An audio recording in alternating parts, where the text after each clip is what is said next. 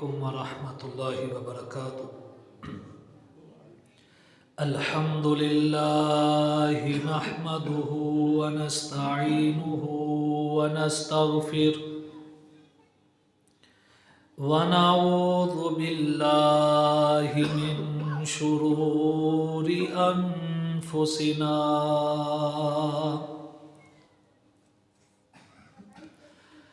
ومن سيئات أعمالنا من يهده الله فلا مضل له ومن يضلله فلا هادي له وأشهد أن لا إله إلا الله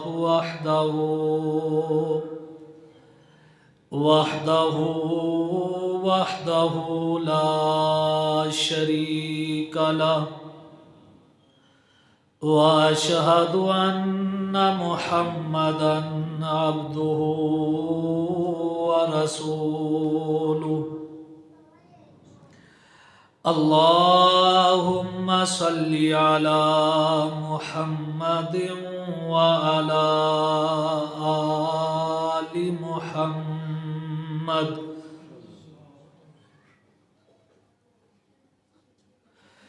كما صليت على إبراهيم وعلى آل إبراهيم إنك حميد مجيد.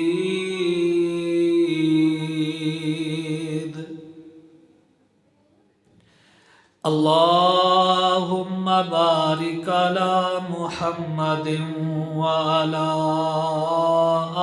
آل محمد كما باركت على إبراهيم وعلى آل إبراهيم إنك حميد مجيد.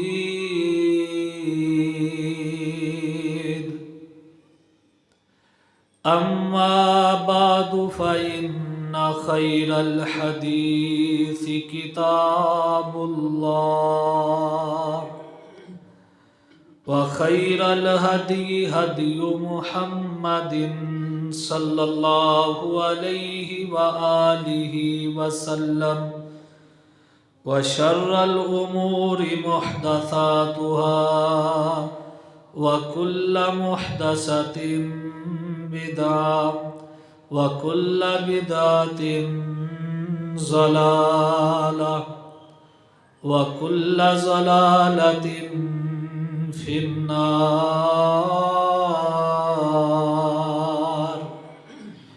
رب اشرح لي صدري ويسر لي أمري واحلل عقدة من لساني يفقهوا قولي. رب زدني علما رب زدني علما رب زدني فهما. اللهم انفعني بما علمتني وعلمني ما ينفعني وزدني علما.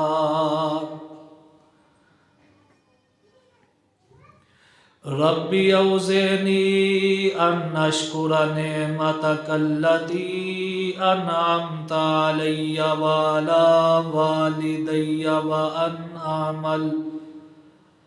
وأن أعمل صالحا ترضاه وأصلح لي في ذريتي إني تبت إليك وإني من المسلمين.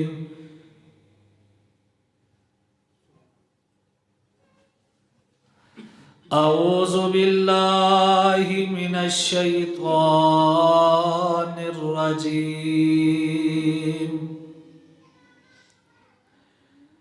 من همزه ونفخه ونفثه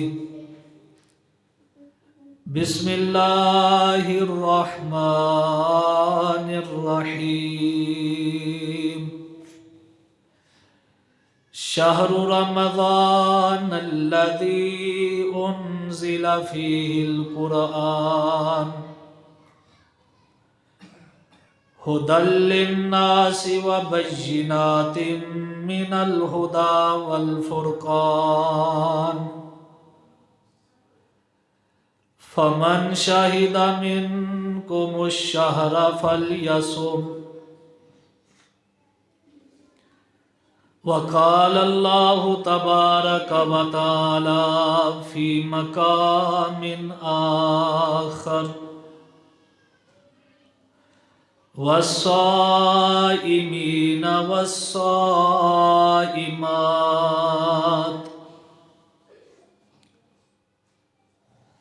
اللہ تبارک و تعالی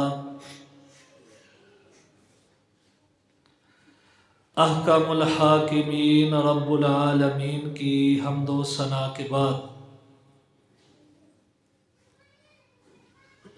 بے شمار درود و سلام امام الانبیاء، امام المرسلین، امام المجاہدین،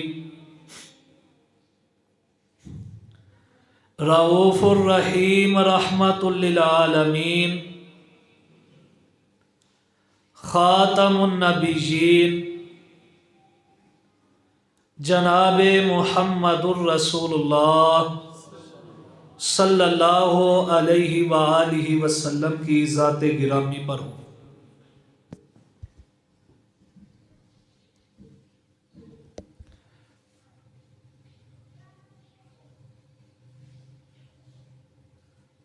اللہ رب العالمین نے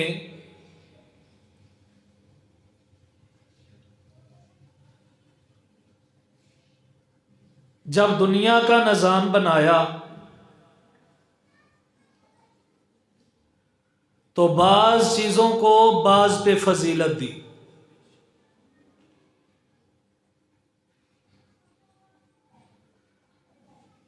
جاہل بندے کو عالم بندے پر فوقیت اور فضیلت نہیں، بلکہ اللہ رب العالمین نے عالم بندے کو جاہل پہ فضیلت دی ہے،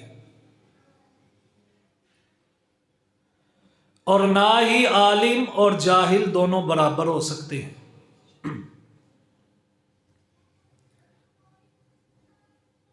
اسی طرح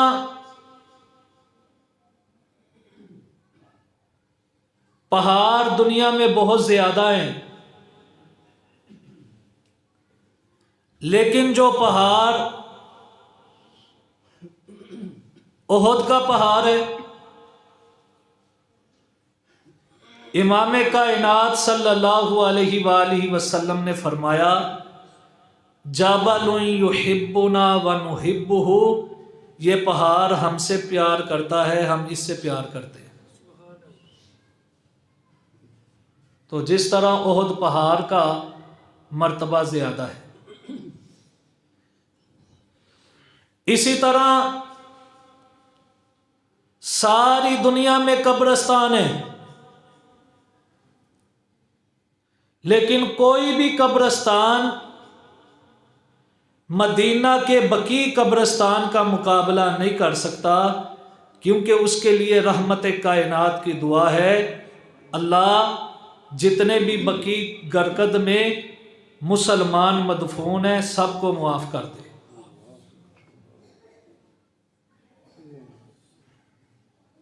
تو جس طرح بقیع قبرستان کی فضیلت ہے، اسی طرح مکہ شہر کی فضیلت ہے۔ دنیا کے اندر لا تعداد شہر ہیں، لیکن کوئی بھی شہر بلد امین مکہ کی عظمت و رفت کا مقابلہ نہیں کر سکتا، کیونکہ اللہ نے فرمایا لا اقسم بہذا البلد۔ مساجد بہت زیادہ ہے، جہاں بھی پڑھیں نماز ثواب برابر ہے، لیکن 3 مساجد کا مقابلہ نہیں ہو سکتا۔ وہ فضیلت کے اعتبار سے مقام رکھتی ہیں، مرتبہ رکھتی ہیں۔ مسجد حرام ہے، مسجد نبوی ہے اور مسجد اقصی ہے۔ اللہ تینوں میں نماز پڑھنے کی توفیق عطا فرمائے۔ اور جمعہ کی بابرکت گھڑی ہے، دعا کریں اللہ رب العالمین القدس کو، فلسطین کو، غزہ کو ظالموں کے ظلم سے بچائے۔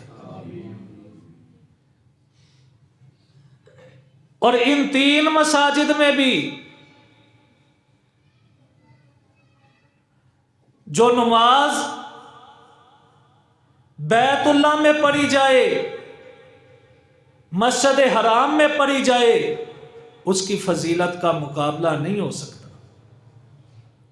کیونکہ کائنات کے امام نے فرمایا جو بندہ 1 نماز مسجد حرام میں پڑھتا ہے 1,00,000 نماز سے زائد اس کو اجر و ثواب ملتا ہے۔ تو جس طرح مسجد حرام کی فضیلت ہے، اور لوگوں اسی طرح سارے دن اللہ نے بنائے ہیں، ہفتہ بھی اللہ نے بنایا، اتوار بھی اللہ نے بنایا، سوموار بھی اللہ نے بنایا، منگل بھی اللہ نے بنایا، بدھ اور جمعرات بھی اللہ نے بنایا، لیکن جو شان جمعۃ المبارک کی ہے کوئی دن بھی اس کی عظمت کا مقابلہ نہیں کر سکتا۔ اور حضرات ذی وقار اللہ رب العالمین نے آسمان سے صحیفے بھی اتارے، سب کی اپنی اپنی شان ہے۔ تورات بھی اتاری، زبور بھی اتاری، انجیل بھی اتاری، لیکن جو قرآن کا شان ہے ساری کتابیں مل کے بھی اس کے شان کا مقابلہ نہیں کر سکتی۔ باتیں تو بڑی ہیں، طریقہ کار بہت ہیں، سارے طریقے لوگ آزماتے ہیں۔ کوئی انگریز کا طریقہ اپناتا ہے، کوئی کسی فلاسفر کا طریقہ اپناتا ہے، کوئی کسی دنیا دار کے طریقے کو آزماتا ہے، لیکن جو طریقہ رحمت کائنات کا ہے اس طریقے کا مقابلہ کوئی بھی نہیں کر سکتا۔ وَخَيْرَ الْهَدْيِ هَدْيُ مُحَمَّدٍ صلی اللہ علیہ وآلہ وسلم، اللہ نے سب سے اعلیٰ طریقہ محمد مصطفیٰ صلی اللہ علیہ وآلہ وسلم کا بنایا ہے۔ اور اسی طرح میرے نبی کے سارے اصحاب جنتی ہیں، سارے ساتھیوں کا مقام و مرتبہ ہے، لیکن جو مقام و مرتبہ ابو بکر کا ہے کسی صحابی کا نہیں ہے۔ افضل البشر بعد الانبیاء، نبیوں کے بعد سب سے اعلیٰ مقام والا انسان کوئی ہے تو وہ ابو بکر صدیق ہے رضی اللہ تعالی عنہ۔ اور حضرات ذی وقار ساری راتیں اللہ نے بنائی ہیں، لیکن جو مقام اللہ رب العالمین نے رمضان کی رات لیلۃ القدر میں رکھ دیا ہے 10,000، اور فرمایا خیر من الف شہر، 1,000 مہینہ مل کے بھی اس رات کی عظمت و رفت کا مقابلہ نہیں کر سکتے۔ اور اسی طرح مہینے سارے اللہ نے بنائے، فرمایا ان عدت الشہور عند اللہ 12 شہرا۔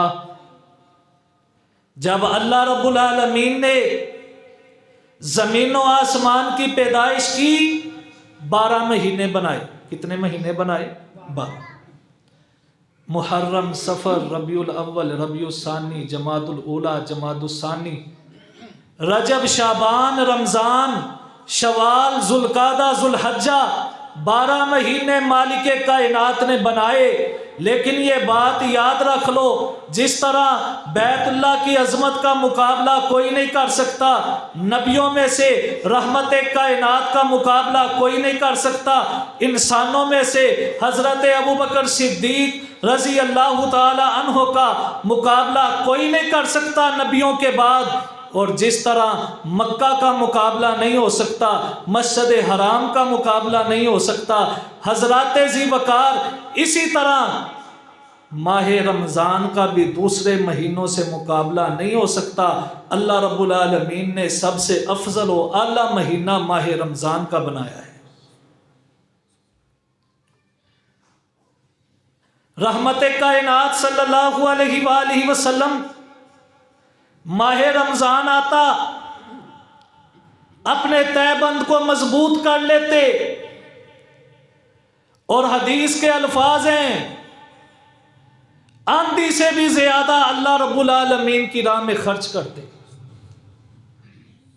اور حضرات، یہ ماہ رمضان کی برکتیں، اس کی بہت فضیلتیں، بڑی شان اور بڑا مقام ہے۔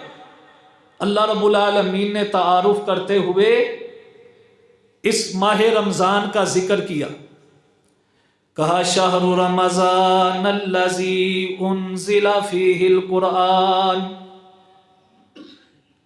فرمایا لوگوں،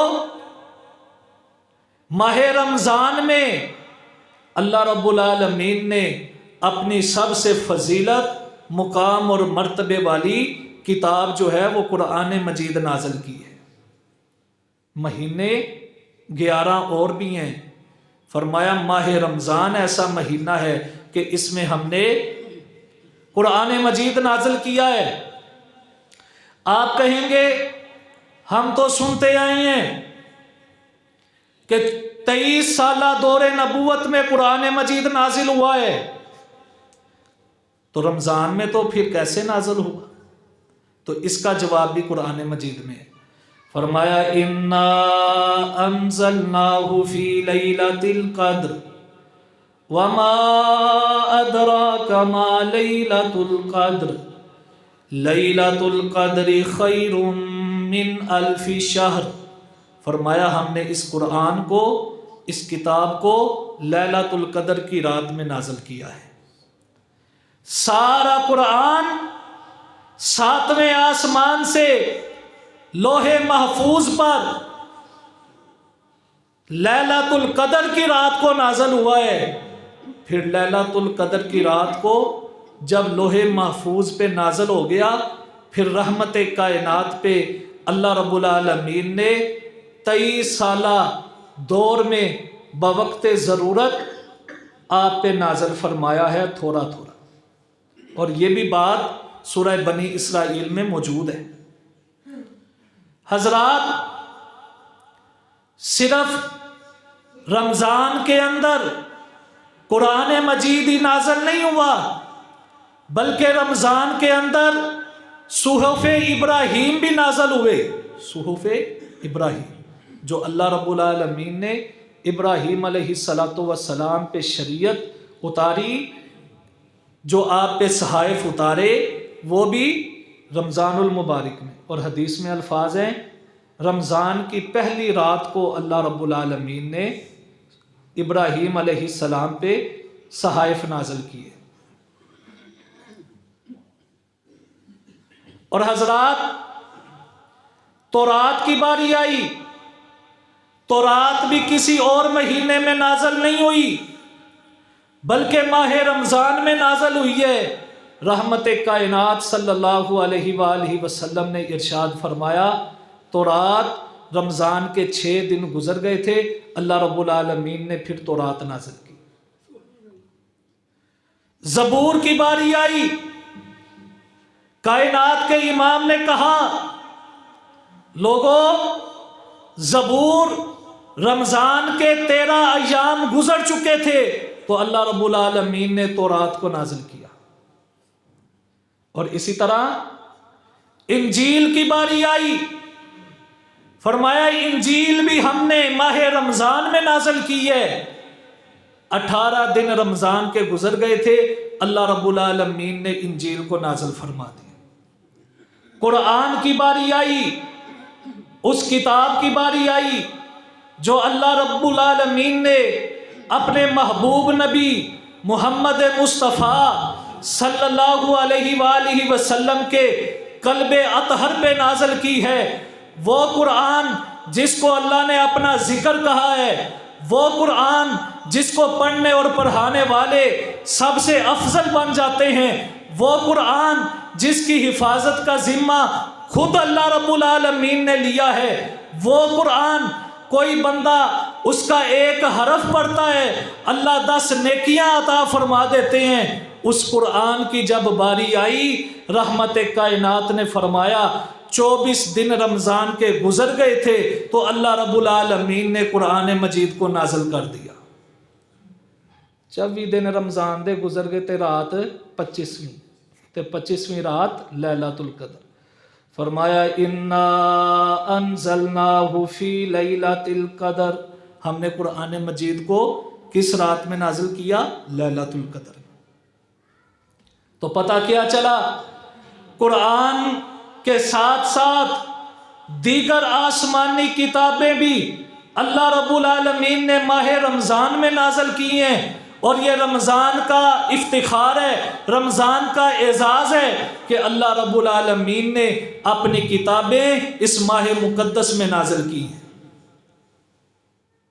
حضرات، اب رمضان، اس کی دوسری فضیلت سنیں۔ پہلے میں نے اشارہ کر دیا ہے، دوسری فضیلت یہ ہے کہ اللہ رب العالمین نے اس میں رات رکھی ہے۔ رات، وہ رات کوئی عام رات نہیں، اللہ اکبر۔ اس رات اللہ کی رحمتوں کا بسیرا ہوتا ہے، اس رات آسمان سے فرشتے اترتے ہیں، اس رات فرشتوں کا سردار جبریل اترتا ہے، اس رات فجر تک اللہ کی برکتیں رہتی ہیں، اللہ کا فضل رہتا ہے۔ اور وہ رات ہے، امام کائنات نے فرمایا، جو اس رات سے محروم رہ گیا وہ ہر خیر سے ہی محروم رہ گیا۔ اور یہ وہ رات ہے جس میں قرآن نازل ہوا۔ اور یہ کون سی رات ہے جس کو قرآن میں اللہ نے لیلۃ مبارکہ کہا ہے کہ یہ بابرکت رات ہے؟ وہ رات ہے، قرآن مجید میں اس کا ذکر ہے، یہ وہ رات ہے، حدیث نبویہ شریف میں اس کا ذکر ہے، یہ وہ رات ہے جب اللہ کے دوست روتے ہیں، یہ وہ رات ہے جب اللہ کے بندے رو رو کے اپنے رب سے معافی کی درخواست کرتے ہیں، یہ وہ رات ہے جب ایمان والے رات جاگ کر اپنے رب کے سامنے قرآن پڑھتے ہیں، یہ وہ رات ہے جس رات کو درود شریف پڑھا جاتا ہے، یہ وہ رات ہے جس میں اللہ کا ذکر کیا جاتا ہے، یہ وہ رات ہے جس میں عبادت اللہ اکبر 1000 مہینے سے افضل ہے۔ کاش اس کی فضیلت کا پتہ چل جائے تو کوئی بھی اس کو محروم نہ کرے۔ اور یہ رات 21ویں رات بھی ہو سکتی ہے، 23ویں رات بھی ہو سکتی ہے، 25ویں رات بھی ہو سکتی ہے، 27ویں رات بھی ہو سکتی ہے، 29ویں رات بھی ہو سکتی ہے۔ اور یہاں پہ ایک بات سن لو مسلمانوں، کبھی بھی آپس میں جھگڑا مت کرو۔ جہاں پہ لڑائی ہوتی ہے وہاں پہ اللہ کی رحمت اٹھ جاتی ہے، جہاں پہ جھگڑا ہوتا ہے وہاں سے اللہ کا فضل چلا جاتا ہے۔ جہاں پہ جھگڑا ہوتا ہے، جہاں پہ لڑائی ہوتی ہے، وہاں پہ پھر شیاطین آ جاتے ہیں۔ جس گھر میں لڑائی ہو وہ گھر اجڑ جاتا ہے، جس مسجد میں لڑائی ہو وہ مسجد برباد ہو جاتی ہے، جس ادارے میں ایک دوسرے پہ اعتماد نہ ہو، جس ادارے میں ایک دوسرے کی عزت و تکریم نہ ہو، ہر وقت لڑائی اور جھگڑا ہو، وہ ادارے تباہ ہو جاتے ہیں۔ کائنات کے امام نے فرمایا مجھے اللہ نے بتایا تھا فلاں رات جو ہے وہ لیلۃ القدر کی ہے، اس کی پکی نشانی بتائی تھی۔ جب میں تمہارے پاس آ رہا تھا کیا دیکھتا ہوں، دو بندے آپس میں جھگڑ رہے تھے، لڑائی کی وجہ سے، جھگڑے کی وجہ سے اللہ رب العالمین نے اس رات کا علم ہی مجھ سے دور کر دیا۔ آپس میں اکٹھے ہو جاؤ، کائنات کے امام نے تمہیں بھائی بھائی بنایا ہے۔ وہ مواخات مدینہ، وہ مدینہ کا بھائی چارہ، وہ اسلامی روشن تاریخ ہمیں چیخ چیخ کے کہتی ہے آج اگر تم بھائی بھائی ہوتے کبھی بھی اسرائیل تمہارے ملک پہ حملہ کر سکتا نہ۔ یہ سارا معاملہ ہے افتراق کا، یہ سارا معاملہ ہے لڑائی کا، یہ سارا معاملہ ہے بد اعتمادی کا، یہ سارا معاملہ ہے بدسلوکی کا۔ مسلمان ایک دوسرے کا خیر خواہ نہیں۔ اور یاد رکھو عذاب سیلاب کی صورت میں ہی صرف نہیں آتے، عذاب جو ہے یہ زلزلوں کی صورت میں ہی صرف نہیں آتے، عذاب جو ہے یہ بھوک کی صورت میں ہی صرف نہیں آتے، عذاب جو ہیں وہ لڑائی اور جھگڑے کی صورت میں ہی صرف نہیں آتے کہ دشمن ان پہ حملہ کر دے، عذاب جو ہے پھلوں کی کمی سے صرف نہیں آتے، عذاب جو ہیں وہ قحط کی وجہ سے صرف نہیں آتے، یہ بھی عذاب ہے کہ مسلمان آپس میں ایک دوسرے سے لڑیں، ایک دوسرے سے جدا رہیں، افتراق یہ بھی عذاب ہے، ایک دوسرے کو علیحدہ کر دینا، فرقوں میں تقسیم ہو جانا یہ بھی عذاب ہے۔